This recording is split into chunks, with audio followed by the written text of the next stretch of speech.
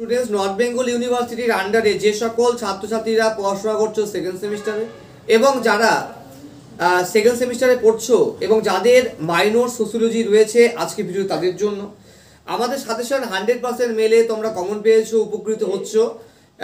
পরবর্তীকালে যাতে আমরা কন্টিনিউ করতে পারি বা সাজেশন তোমরা দিতে পারি তার জন্য তোমরা অবশ্যই বন্ধু বান্ধবদের শেয়ার করবে। অনলাইনে প্রাইভেট রীতিমতো শুরু হয়ে গেছে, অনলাইনে তোমরা পড়াশোনা শুরু করে দাও, ঠিক আছে? সামান্য ফির বিনিময়ে আমাদের নির্দিষ্ট নাম্বারে তোমরা ফোন করে নিতে পারো, ঠিক আছে? তো তোমাদের সোশিওলজি যে রয়েছে এই সোশিওলজির মধ্যে তোমাদের টোটাল 4টা ইউনিট পড়তে হবে। এই 4টা ইউনিটের মধ্যে প্রথম ইউনিট তোমাদের পড়তে হচ্ছে ভারত একটি বহুগোষ্ঠী সমাজ। ভারত একটি বহুগোষ্ঠী সমাজ এর পার্টের মধ্যে, এর অংশের মধ্যে, মানে ইউনিট 1-এর মধ্যেই রয়েছে ভারতের বৈচিত্র্যের মধ্যে ঐক্য, 2 নাম্বার ধর্ম, 3 নাম্বার জাতিগত, 4 নাম্বার ভাষাগত, 5 নাম্বার আঞ্চলিক। আবার বলছি, ইউনিট 1-এর মধ্যে তোমাদের ভারত একটি বহুগোষ্ঠী সমাজ এর পার্টের মধ্যে রয়েছে 1 নাম্বার বৈচিত্র্যের মধ্যে ঐক্য, 2 নাম্বার ধর্ম, 3 নাম্বার জাতিগত, 4 নাম্বার ভাষাগত, 5 নাম্বার আঞ্চলিক। ইউনিট 2-তে তোমাদের পড়তে হচ্ছে সামাজিক প্রতিষ্ঠান ও অনুশীলন। সামাজিক প্রতিষ্ঠান এবং অনুশীলন এর মধ্যে 1 নাম্বার পড়তে হচ্ছে জাতি, অর্থাৎ জাতির ধারণা সংজ্ঞা, জাতির ধারণা সংজ্ঞা, জাতির বৈশিষ্ট্য, যজমানি ব্যবস্থা, পরিবর্তনের প্রকৃতি, জাতি পরিবর্তনের প্রকৃতি। অর্থাৎ তোমাদের ইউনিট 2 থেকে তোমাদের জাতি পড়তে, জাতির মধ্যে কি পড়তে হচ্ছে?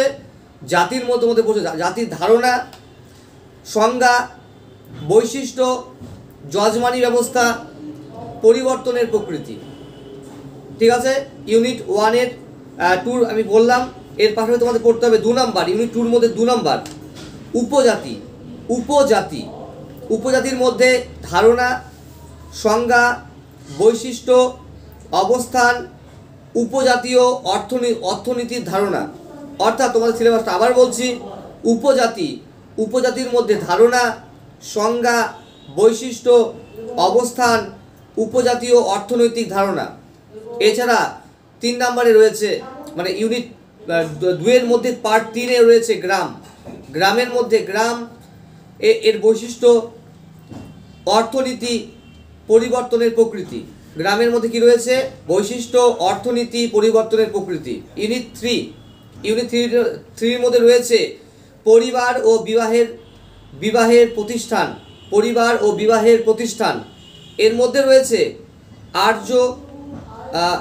এর মধ্যে রয়েছে অর্থ সংজ্ঞা বৈশিষ্ট্য। 1 নম্বরে অর্থ সংজ্ঞা বৈশিষ্ট্য। 2 নম্বরে রয়েছে গঠন, মানে ইউনিট 3 2 নম্বরে রয়েছে গঠন। 3 নাম্বার সাম্প্রদায়িক কাঠামোগত এবং কার্যাবলীর পরিবর্তন। ইউনিট 3 আবার বলছি, পরিবার ও বিবাহের প্রতিষ্ঠান। এর মধ্যে রয়েছে 1 নাম্বার অর্থ সংজ্ঞা বৈশিষ্ট্য, 2 নাম্বার গঠন, 3 নাম্বার সাম্প্রদায়িক কাঠামোগত এবং কার্যাবলীর পরিবর্তন। ইউনিট 5-এর মধ্যে তোমাদের রয়েছে 1 নাম্বার, ইউনিট 5-এর মধ্যে রয়েছে 1 নাম্বার বিবাহের প্রতিষ্ঠান। এই বিবাহের প্রতিষ্ঠানের মধ্যে পড়তে হবে অর্থ সংজ্ঞা বৈশিষ্ট্য, অর্থ সংজ্ঞা বৈশিষ্ট্য। 2 নাম্বার বিবাহের ধরন এবং 3 নাম্বার সাম্প্রতিক পরিবর্তন। এটাই তোমাদের সিলেবাসে ছিল। তোমরা খুব ভালো করে পড়তে থাকো। আমাদের অনলাইন ক্লাস শুরু হয়ে গেছে, প্রয়োজনে তোমরা অনলাইন ক্লাস তোমরা নিতে পারো সামান্য ফির বিনিময়ে। অবশ্যই তোমাদের কমন পড়েছে, আমাদের উপরে তোমরা ভরসা রাখো, আমরা তোমার সঙ্গে আছি। ধন্যবাদ।